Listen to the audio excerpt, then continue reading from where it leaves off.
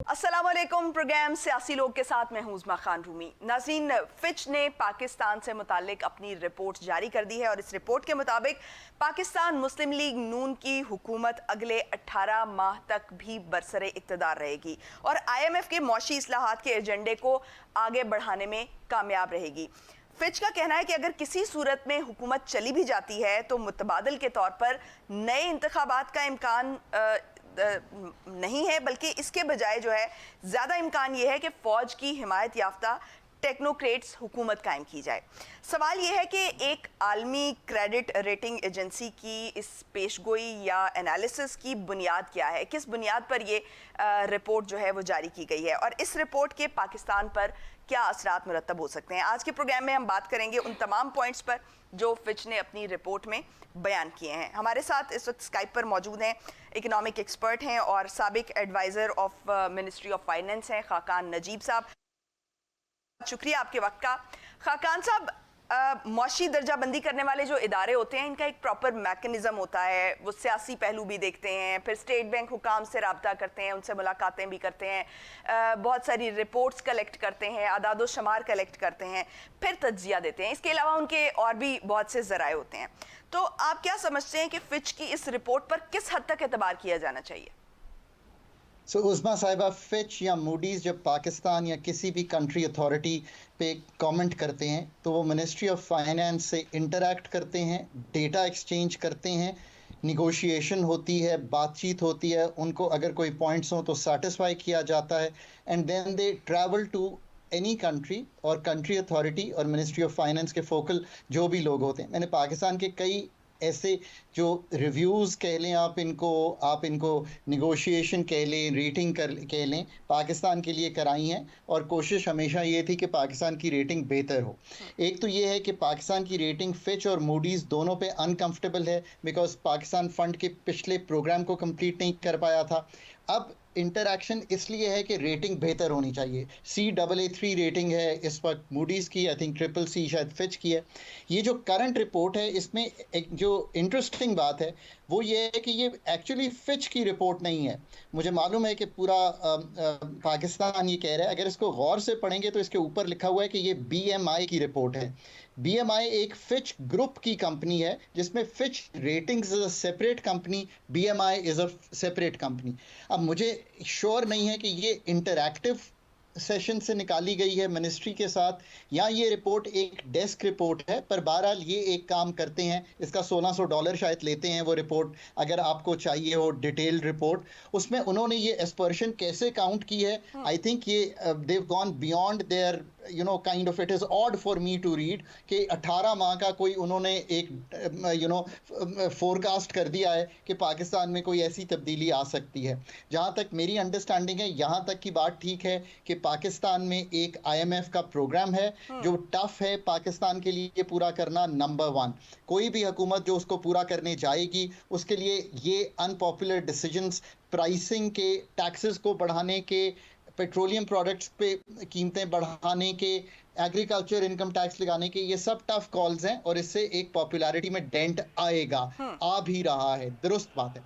पर दूसरी इसकी बात यह है कि एक IMF की इंगेजमेंट से एक मैक्रो स्टेबिलिटी है मुल्क में, जो इन्फ्लेशन है वो ट्रेंडिंग डाउन है, पाकिस्तान की जो बैरूनी खसारा है वो भी संभल गया है थोड़ा सा।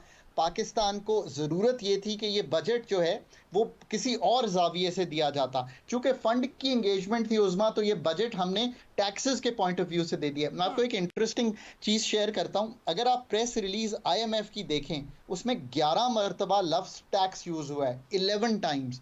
अब आप खुद सोचिए कि माइंडसेट क्या है। एक्सपेंडिचर रिफॉर्म या एक्सपेंडिचर कट एक दफ़ा भी यूज़ नहीं हुआ। या ज़रूर बात है कि हमें अपनी सब्सिडी को डायरेक्ट करना है, पेंशन रिफॉर्म करना है, SOE के पैसे कम करने हैं, पर यूज़ नहीं हुआ। सो बजट बनाया गया है और फ्रॉम द टैक्सेशन हैवीनेस, उससे वेटी है ये बजट, प्राइसिंग चेंजेस, पाकिस्तान की 40% टैक्स को बढ़ाने में। इसलिए ये सब रिपोर्ट्स इस तरफ पॉइंट कर रही हैं कि these will be hard calls to make. Provinces की एक और इन्वॉल्वमेंट है इसमें, एग्रीकल्चर इनकम टैक्स उनके पास है, जीएसटी ऑन सर्विसेज उनके पास है। अब ये कहा गया है कि जनवरी तक अगर ये काम नहीं होते तो अगेन आईएमएफ के प्रोग्राम पे एस्पर्शन काउंट हो सकती है।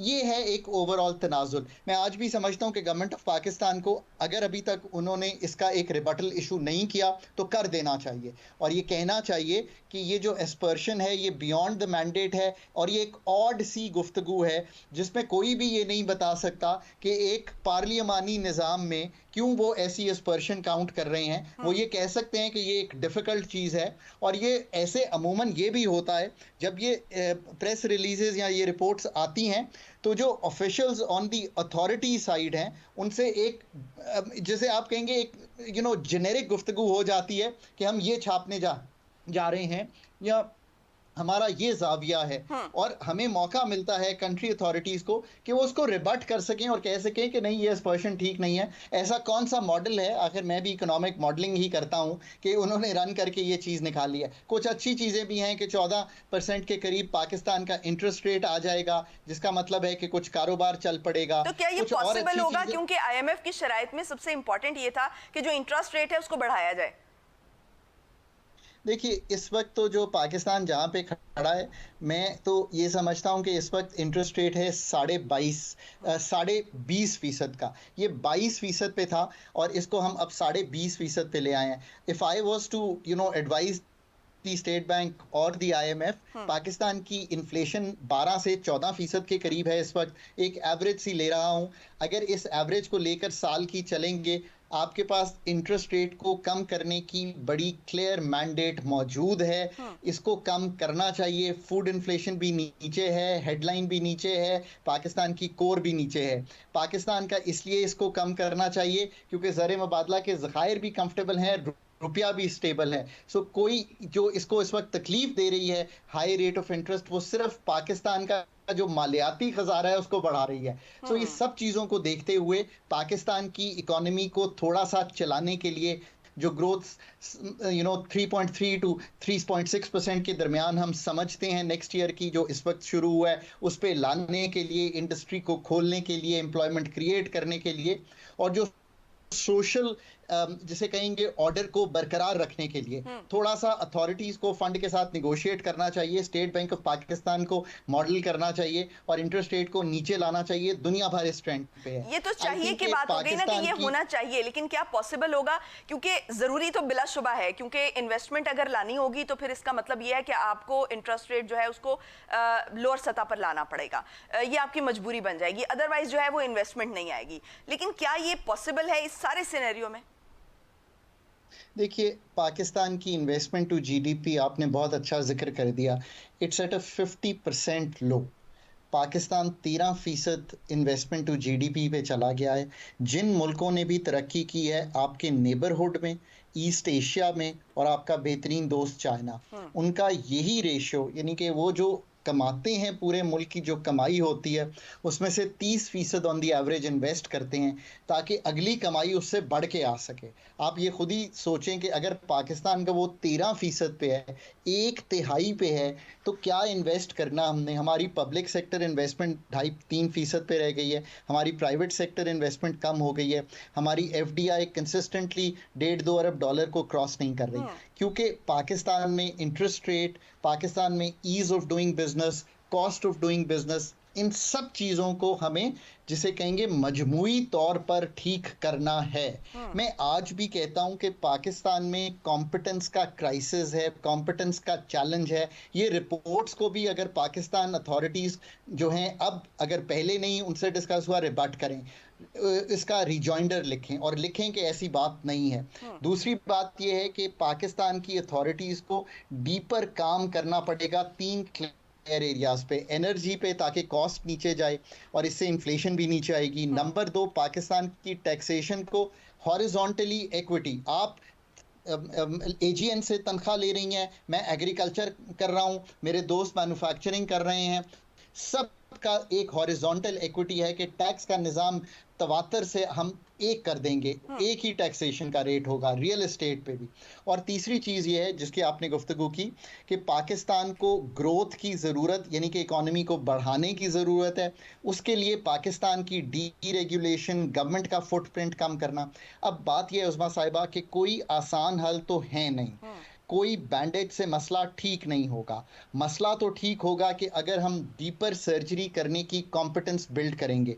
मुझे कभी कभी दुख होता है कि आज भी रिलायंस जो है IMF के डॉक्यूमेंट्स पे है, कोई बाहर से क्या लिख रहा है, कोई बाहर से हायर हो रहा है कि वो पाकिस्तान का होम ग्रोन प्लान कोई बाहर से आकर लिखेगा मुल्क का। इन चीज़ों को आज भी समझिए कि ये 76 साला हिस्ट्री है। प्रोजेक्ट्स जिसे हम कहते हैं डेवलपमेंट लिंक्ड इंडिकेटर्स, जो मल्टीलैटरल्स के आते हैं, जो हमने ये सब काम करके देख लिया है। Time is to take responsibility of what we need to do. Pakistan का फ्यूचर बहुत ब्राइट है जिस दिन हम ये डिसाइड करेंगे कि हम बाहर आउटसोर्स थिंकिंग से निकलकर ये जो सारी गुफ्तगू आज हमने की है इसके पर्चे लिखेंगे और कायल करेंगे डोमेस्टिक इन्वेस्टर को भी और बाहर के इन्वेस्टर को भी कि हम ये काम खुद करने जा रहे हैं। अब आप आइए और पाकिस्तान में इन्वेस्ट कीजिए।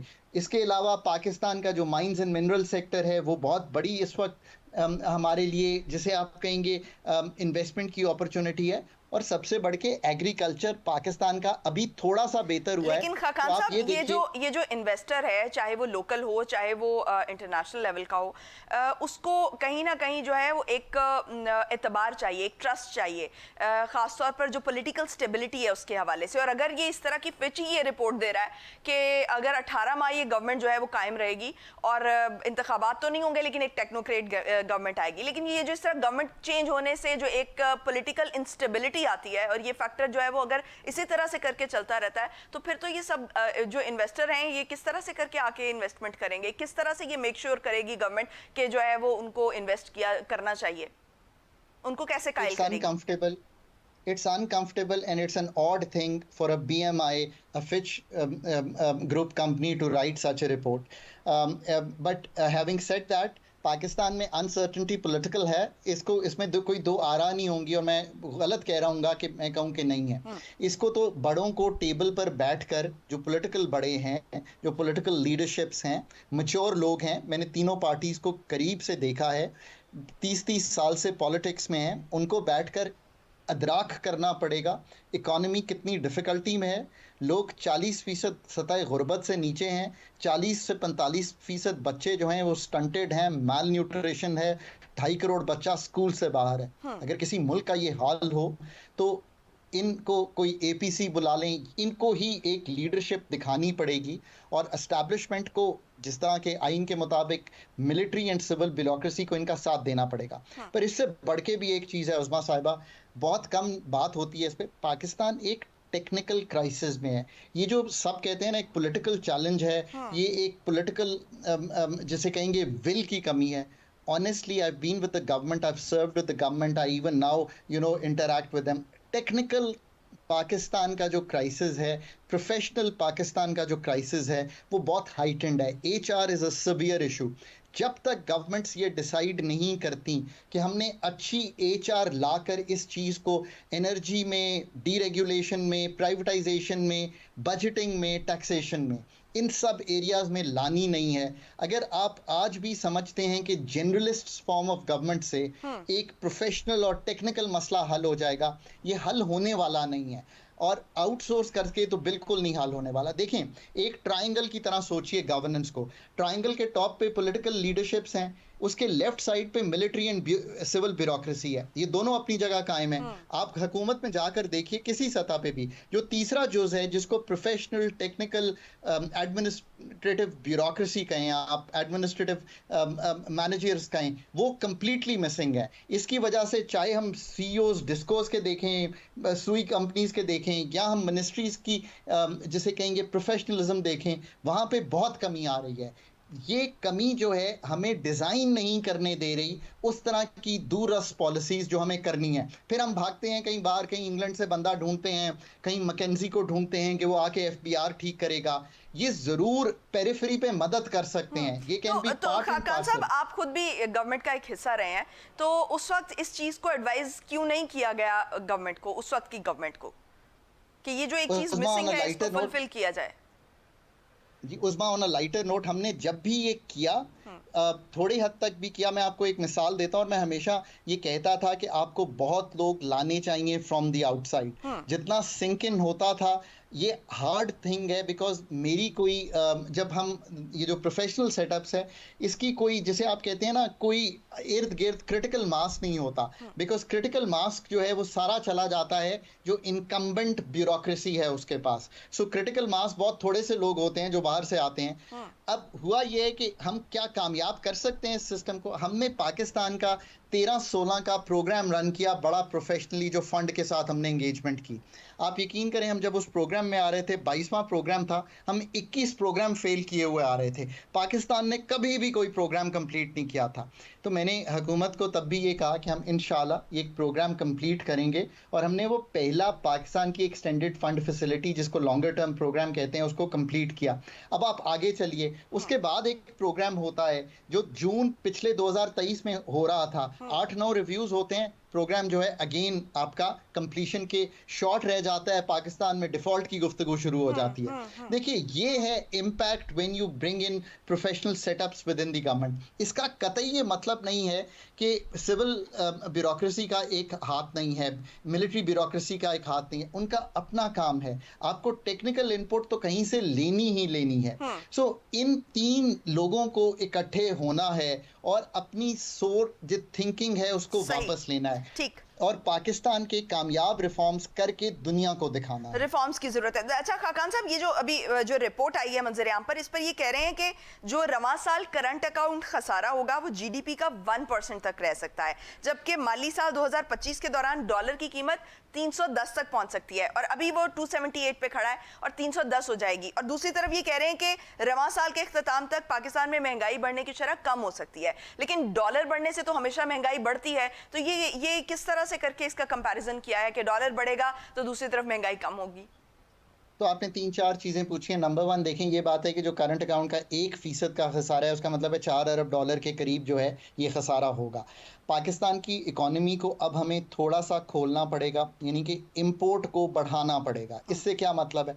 इससे मतलब ये है कि अभी तक हम एक कदगन की सूरत में, चूँकि हमारे पास डॉलर्स कम थे, तो हम इसको चलाते रहे हैं। तो आप जब भी थोड़ी सी इंपोर्ट को खोलेंगे तो आपका जो करंट अकाउंट, यानी कि बैरूनी पेमेंट्स होंगी, बैरूनी इंपोर्ट होगी, बिकॉज ये तो वो बढ़ जाएंगी, तो करंट अकाउंट का खसारा बढ़ना शुरू हो जाएगा। पर इसके साथ साथ आपके डॉलर इनफ्लोज भी बढ़ेंगे। वो कैसे बढ़ेंगे? अभी तक हमारा जो फाइनेंशियल अकाउंट है, ये वो अकाउंट होता है जिसमें मल्टीलैटरल्स, बायलैटरल्स, आईएमएफ के पैसे आते हैं। वो अभी तक बड़ा कंजेस्टेड है और अभी पैसे आए नहीं हैं। अब जैसे फंड का प्रोग्राम होता है, हमने 1.5 अरब डॉलर फॉर एग्जांपल रखा है कि हम बॉन्ड फ्लोट करेंगे। हमें बॉन्ड फ्लोट किए हुए काफ़ी अरसा हो गया है, तो 1.5 अरब डॉलर वहाँ से आएंगे। सो जैसे जैसे वो पैसे आसानी से आना शुरू होंगे तो हम इंपोर्ट को खोलेंगे। जैसे जैसे हम इंपोर्ट को खोलेंगे तो डॉलर की ज़रूरत, मांग बढ़ेगी, तो डॉलर अप्रीशिएट करेगा रुपए के अगेंस्ट। ये नॉर्मल अमर है, इसमें कोई प्रॉब्लम नहीं है। बट ये बात आपकी दुरुस्त है कि इंपोर्टेड इन्फ्लेशन उससे बढ़ेगी। But at the same time आपकी जो फूड सप्लाईज बेहतर होंगी, डिमांड कम रही मुल्क में, तो आपकी जो इन्फ्लेशन 2 साल से तवातर बढ़ रही है, 29%, फिर 23.4%, तो तीसरे साल बेस इफेक्ट की वजह से ही मैं समझता हूँ 15% से ऊपर नहीं जाएगी। इवन अगर बिजली और गैस और बढ़ भी गई, जो कि बढ़ गई है, अगर ये हो भी गया तो इन्फ्लेशन जो है तीसरे साल 14-15% से ऊपर नहीं जाएगी। ये एक ओवरऑल तनाजुल है। फिर ऑफ कोर्स लेट्स होप कि थोड़ा सा एग्रीकल्चर अच्छा हो, ताकि जो कीमतें हैं एग्रीकल्चर प्रोड्यूस की, वो मुल्क में संभली रहें। ये सब काम अगेन, अब एग्रीकल्चर पे जितना काम करेंगे, यानी कि पैदावारी सलाहियत एग्रीकल्चर की जितनी बढ़ाएंगे, तो उतनी ही कीमतें मुल्क में बेहतर होना शुरू होंगी। ये गेम सारी जो है ये आपके हाथ में है। आपकी एफिशिएंसीज जितनी एनर्जी सेक्टर में बेहतर होंगी उतनी ही प्राइसिंग कम बढ़ेगी। अगर प्राइसिंग कम बढ़ेगी तो इन्फ्लेशन कम होगी। जितना खसारा मुल्क में जो कमाई होती है गवर्नमेंट की और जो खर्चा होता है वो कम होगा, उतनी ही आपकी इन्फ्लेशन मुल्क में कम होगी। ठीक। ये सारे काम मुल्क में पॉसिबल हैं। Pakistan is in a better place today. एक मैक्रो स्टेबिलिटी है। अभी भी ये स्टेबिलिटी फंड की, आईएमएफ की एंगेजमेंट की वजह से। अब bring your competent side together to make the changes जो मैंने अभी आपको सजेस्ट किए हैं। आप यकीन रखें कि 3 से 5 साल में, ऐसा नहीं मैं कह रहा कि कोई पनेशिया हो जाएगा और कोई दूध की नदियां बह जाएंगी, बट ये जो एक डाउनवर्ड ट्रेंड है ये रुक जाएगा। चीज़ें थोड़ी सी एम्प्लॉयमेंट क्रिएशन की तरफ जाएंगी और मुल्क को एक संभाला सा होगा। रिजर्व्स 3-4 महीने की सतह पर चले जाएंगे। सही। मुल्क आपकी फील डिफरेंट आना शुरू यानी हो इस वक्त आप समझते हैं कि जो इकोनॉमिक मेजर्स लिए जा रहे हैं वो बिल्कुल राइट डायरेक्शन में लिए जा रहे हैं। But the gap between what is required and what is being done has to be fulfilled. बहुत बड़ा गैप है।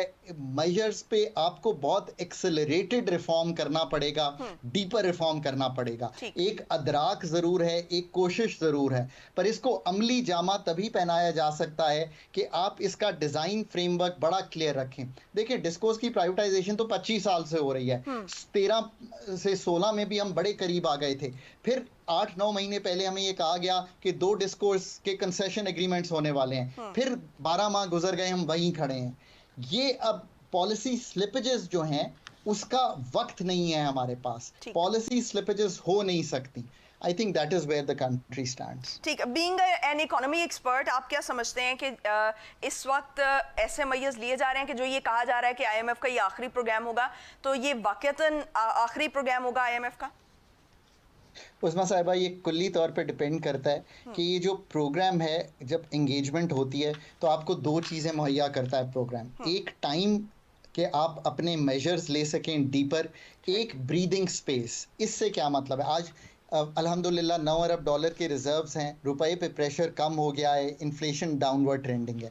अब आप जाकर अपनी अगर एग्रीकल्चर की प्रोड्यूस बढ़ा लेंगे, बिजली के नुकसानात कम करके बिजली के सेक्टर को पायदार बना लेंगे, पाकिस्तान की इन्वेस्टमेंट टू जीडीपी को बेहतर करके एम्प्लॉयमेंट और एक्सपोर्ट बढ़ा लेंगे, तो आईएमएफ का आखिरी प्रोग्राम होगा। अगर आप अपना टैक्स टू जीडीपी नहीं बढ़ा पाएंगे, अगर आप अपनी आईएमएफ के साथ कह कर भी ये जो आप फिजिकल पैक्ट की गुफ्तगू प्रोविंसेस से कर रहे हैं, इसको अमली जामा नहीं पहना पाएंगे, तो ये आखिरी प्रोग्राम नहीं होगा। बिकॉज फिर दोबारा जो खसारे हैं वो वहीं पे खड़े होंगे। सो आई रियली होप कि हम ये काम कर पाएं। बट आज भी थोड़ी सी जो अभी भी पॉलिसीज़ हैं वो तवातुर से, पिछली पॉलिसीज़ से अभी टूट नहीं पा रही। अदराक ज़रूर है, बट आई थिंक अभी भी कॉम्पिटेंस लेवल को बड़ा एनहांस करना पड़ेगा।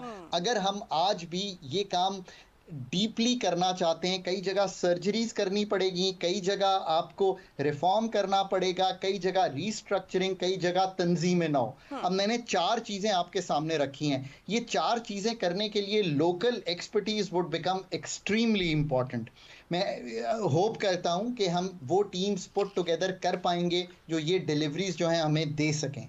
ठीक। आपने बिजली की बात की, तो हम आईपीपीज़ का मैं चाह रही हूँ कि आईपीपीज़ के हवाले से जो अभी हुकूमत ये इंडिया दे रही है कि आईपीपीज़ के साथ जो ये मुआहदे हैं इनको रिवाइज़ किया जाएगा, रिविजिट करने की बात की जा रही है।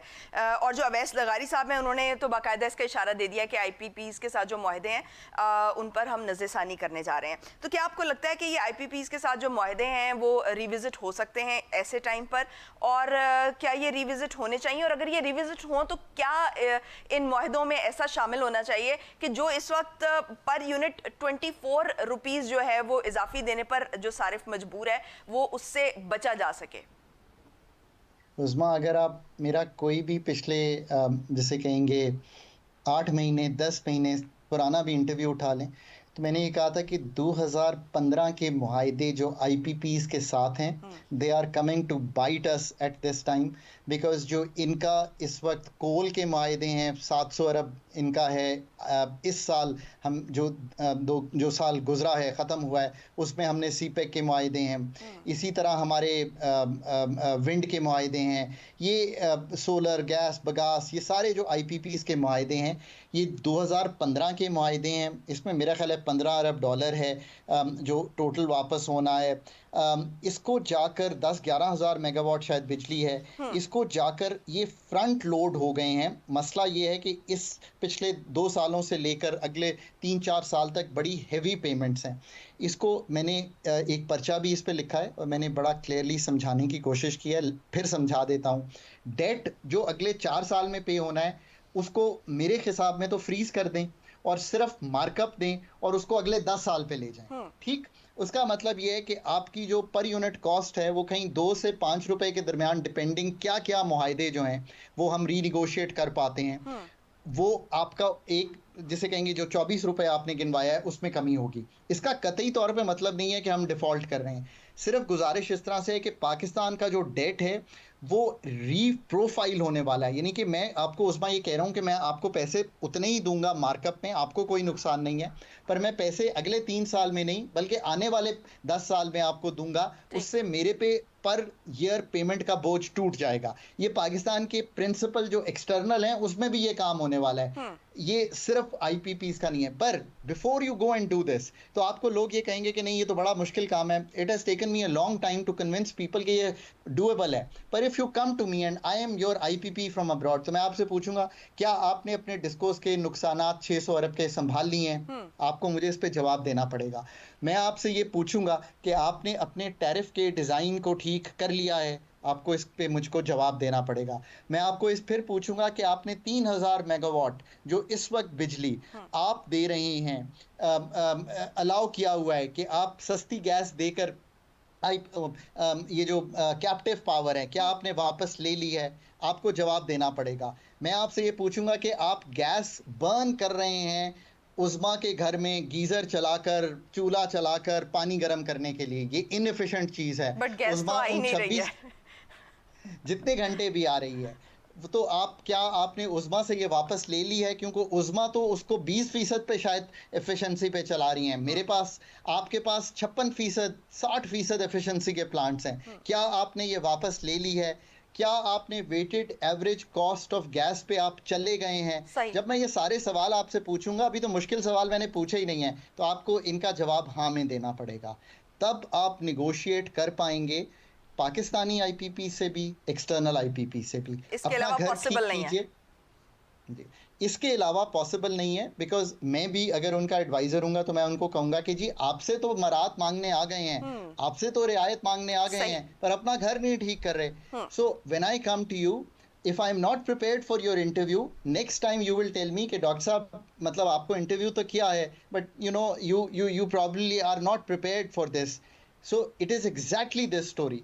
आप अपना घर कुछ ठीक कीजिए, फिर आपने आखिरी बात 500 अरब चाइनीज के देने हैं, उसका कोई लाए अमल बना लीजिए, उसका भी उनको पर्चा लिख के दीजिए।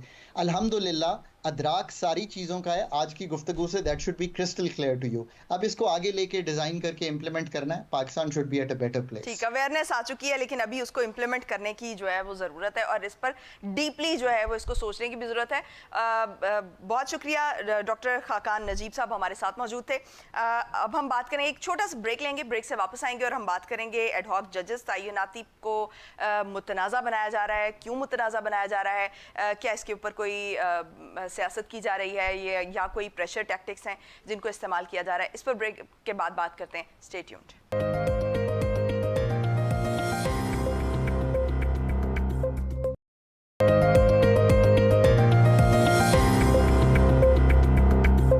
ब्रेक के बाद खुशामदीद नाज़रीन। वफाकी वज़ीर कानून सेनेटर आज़म नज़ीर तारिक का कहना है कि एडहॉक जजेस तैनात होने चाहिए, आइन भी इसकी इजाज़त देता है। जबकि दूसरी तरफ पाकिस्तान बार कौंसिल ने सुप्रीम कोर्ट में एडहॉक जजेस की तैनाती की मंजूरी दे दी है, उसकी हिमायत कर दी है और जो PTI है उसने एडहॉक जजेस की तैनाती मुस्तरद कर दी है। सुप्रीम जुडिशल काउंसिल जाने का ऐलान किया है। उन्होंने कहा है कि सुप्रीम कोर्ट में एडहॉक जजेस की तैनाती बदनीयती पर मबनी है। हमारे साथ इस वक्त स्टूडियोज़ में मौजूद हैं लॉ एक्सपर्ट हैं और पॉलिटिकल एनालिस्ट हैं अब्दुल्ला मलिक साहब। अब्दुल्ला मलिक साहब, आपको प्रोग्राम में खुशामदीद कहूँगी।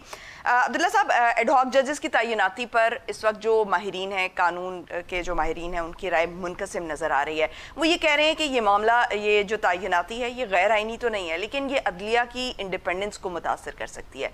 कैसे अदलिया की आज़ादी इससे मुतासर हो? देखिए, पहली बात तो यह कि इसमें कोई शक नहीं है कि आइन के आर्टिकल 182 में एडहॉक जजेस का तज़किरा किया गया कि अगर सुप्रीम कोर्ट समझती है कि सुप्रीम कोर्ट में जजेस की तादाद बढ़ानी चाहिए और केसेस इतने बढ़ गए हैं कि उसके अलावा कोई चाराकार नहीं है, तो उस वक्त एडहॉक जजेस को लगाया जाता है। लेकिन माजी में हमारी जो बार कौंसिल हैं, हमारे लॉयर्स हैं, उन्होंने इसको तनकीद का निशाना बनाया कि परमानेंट जजेस क्यों नहीं लगाए जाते।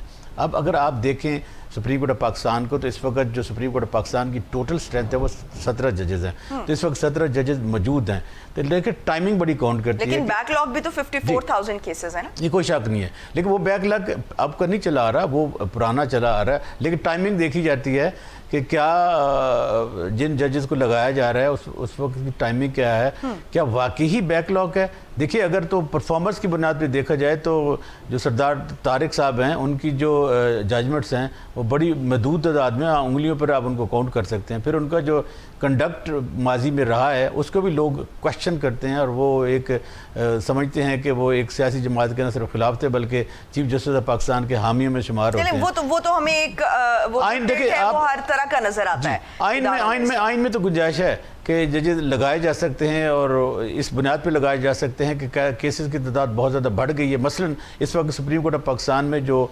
दीवानी नौयत के मुकदमात हैं उनको सुनने के लिए जजेस तो अवेलेबल हैं, लेकिन अगर आप फौजदारी जो पेंडेंसी पड़ी है उसको सॉल्व करने के लिए फौजदारी माहिर जो कानून है, माहिर जो जजेस ने माजी में काम किया वो कम है। अगर उस तनाजुर को देखा जाए पेंडेंसी को कि हमने छुट्टियों के बाद पेंडेंसी ख़त्म करनी है और एडहॉक जजेस का अपॉइंट करना ज़रूरी है, तो ये माजी में ऐसा होता रहा है, हुआ है और होता रहेगा। आइन में चूँकि मौजूद है। ये जो बैकलॉग कहा जा रहा है कि बैकलॉग की वजह से जो है, क्योंकि 54,000 केसेस बताए जा रहे हैं कि इस वक्त सुप्रीम कोर्ट में है, तो क्या इन पेंडिंग केसेस का वाहिद हल यही है कि एडहॉक जजेस को तैनात किया जाए, उनको लगाया जाए, या फिर प्रॉपर जुडिशल रिफॉर्म्स होने चाहिए?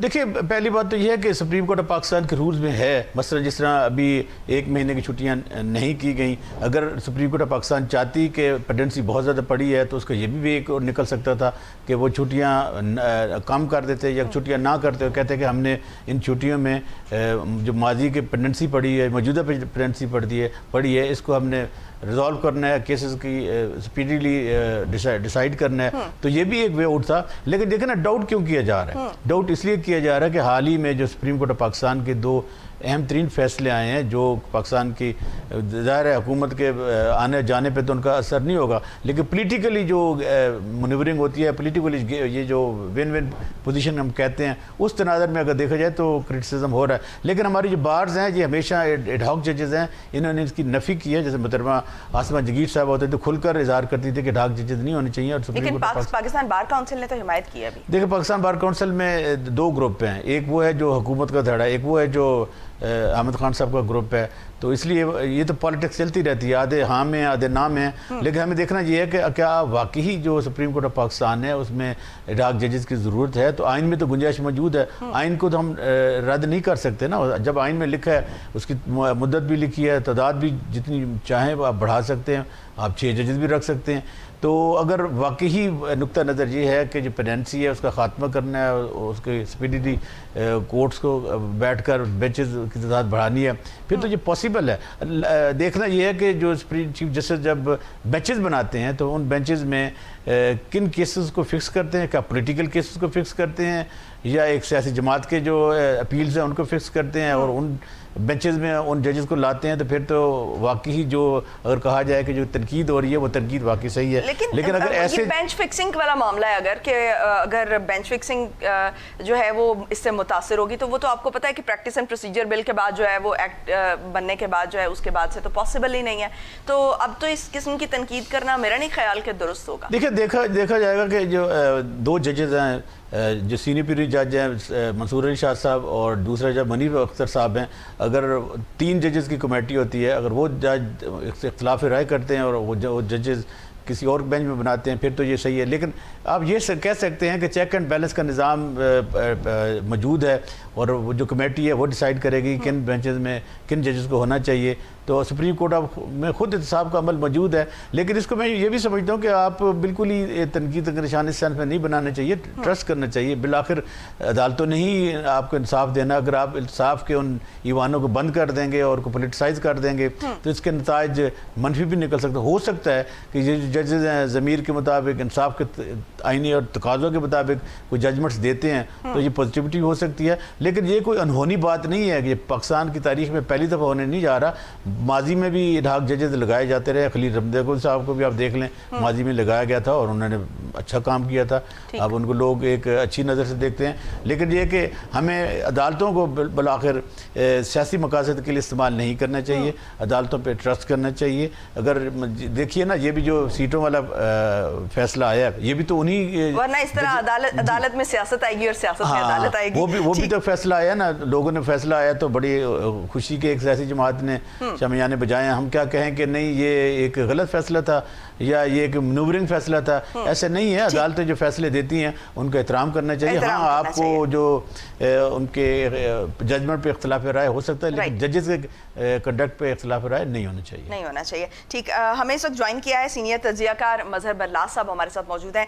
मजहर बरलास साहब, बहुत शुक्रिया आपके वक्त का। मजहर साहब, ये जो एडहॉक जजेस की तैनाती है, ये कहा जा रहा है कि ये गैर आईनी नहीं है ये इकदाम, और जिस तरह से ये बताया जा रहा है कि चूंकि इस वक्त सुप्रीम कोर्ट में बैकलॉग बहुत ज़्यादा है और इसको कवर करने के लिए इस किस्म का जो है वो फैसला करना ज़रूरी है, वक्त की ज़रूरत है, तो क्या वजह है कि इस मामले को जो है वो पोलिटिसाइज किया जा रहा है? और क्या आप समझते हैं कि इस वक्त इस किस्म की तनकीद किया जाना जो है वो दुरुस्त इकदाम होगा? नहीं, पोलिटिसाइज तो नहीं किया जा रहा है। मेरा ख्याल है कि अगर पहली बात तो यह है कि सुप्रीम कोर्ट में जजेस पूरे हैं, 17 के 17 जजेस हैं, तो क्या जरूरत पड़ गई है कि जब सीट ही खाली कोई नहीं, 17 जजेस पूरे हैं, तो आपको इटहार जजेस के रखने की, तो कह रहे हैं ना बैकलॉग बहुत ज्यादा है, 54,000 केसेस हैं जो सुप्रीम कोर्ट में इस वक्त पेंडिंग है। गुजारिश सुन लीजिए, गुजारिश सुन लीजिए। नंबर 2, आपको इटहार जजेस की जरूरत है तो आप हाई कोर्ट से ले लें जो हाजिर सर्विस जजेस हैं। आपने ये पिक एंड चूज वाला काम क्यों कर रहे हैं? ये जितने जजेस के नाम आ रहे हैं इनके फैसले मुतनाज़िया हैं, इन्होंने सियासी फैसले किए हुए हैं, इसलिए पोलिटिसाइज हो रहा है ये सारा काम, वरना पोलिटिसाइज होने की जरूरत ही नहीं। आपको ये 4 हीरो के अलावा और पूरी कौम मर गई है। इतने हाई कोर्ट के जजेस हैं, इतने और जजेस रिटायर्ड हुए, आप क्यों नहीं देते उन्हें? तो मजहर साहब, आप जो कह रहे हैं कि सियासी फैसले किए हुए हैं, ये जो हम ख्याल जजेस की जो एक टर्म है, ये पहले से मौजूद है, लेकिन आप नहीं समझते कि ये जो स्पेकुलेशन है ये अब खत्म हो जानी चाहिए? क्योंकि प्रैक्टिस एंड प्रोसीजर बिल आ गया है और उसके बाद उस तरह से केसेस जो है वो वन साइडेड जो है वो बेंच नहीं बन सकते। आप इजाजुल हसन को ले लेना, वो भी तो अभी रिटायर्ड हुआ है, जैसे भी हुआ। मेरा कहने का मकसद यह है कि जब आइन ये आपको कहता है कि आपको अगर जरूरत है एडहॉक जजेस की तो आप हाई कोर्ट से ले लें। आपको क्या जरूरत है ये रिटायर्ड बंदों को लेने की? और फिर वो एक वज़ीर आला रह चुके हैं, जस्टिस मकबूल बाकर वज़ीर आला रहे हैं, इसी तरह उन्होंने तो खैर इनकार कर दिया पोस्टों पे हैं। चले वो एक अलग बात है, लेकिन मैं कहता हूं कि ये 4 जज ही आपने क्यों चुने? अभी पेशावर हाई कोर्ट के जस्टिस इब्राहिम खान फारिग हुए, उनको ले लेते। लाहौर हाई कोर्ट के 2 जजेस सुपरसीड किए हैं और वहां एक जूनियर जज को चीफ जस्टिस लगाया गया है, तो उन सीनियर्स को ले लेते। यानी एडहॉक जजेस की तैनाती प्रॉब्लम नहीं है, असल में जो नॉमिनेशंस दी गई हैं, जो नाम तजवीज किए गए हैं, वो तजवीज नहीं किए जाने चाहिए थे, आप ये कहना चाह रहे हैं? मैं बिल्कुल ये कहना चाह रहा हूँ। पहली बात तो ये है कि मेरे देखिए 2 मौक़िफ़ है। पहली बात मैं कहता हूँ कि जरूरत नहीं है ठीक इन मामलात को छेड़ने की। ओके, आप में सुप्रीम कोर्ट के जजेस की तादाद पूरी है, 17 तादाद है, अभी आपने लाहौर हाई कोर्ट से 2 जजेस लिए, सुप्रीम कोर्ट के, एक सिंध हाई कोर्ट से लिया, तादाद आपकी 17 हो गई, पूरी तादाद है, आपको जरूरत नहीं। अगर आपको जरूरत भी है तो आप ऐसे जजेस का इंतखाब करें। ठीक है, आपको बेंच बनाने के लिए जरूरत है, आप बड़े केसेस निपटाना चाहते हैं, तो भाई आप ऐसा करें कि आप उन जजेस को लें जो मतनाज़िया नहीं है। आप मतनाज़िया जजेस को क्यों ले रहे हैं? जिस पे किसी सियासी जमात की मोहब्बत हो या किसी सियासी जमात कोई हरफ उठा दे, आप आखिर क्यों बजेदा इन जजेस को लेने में?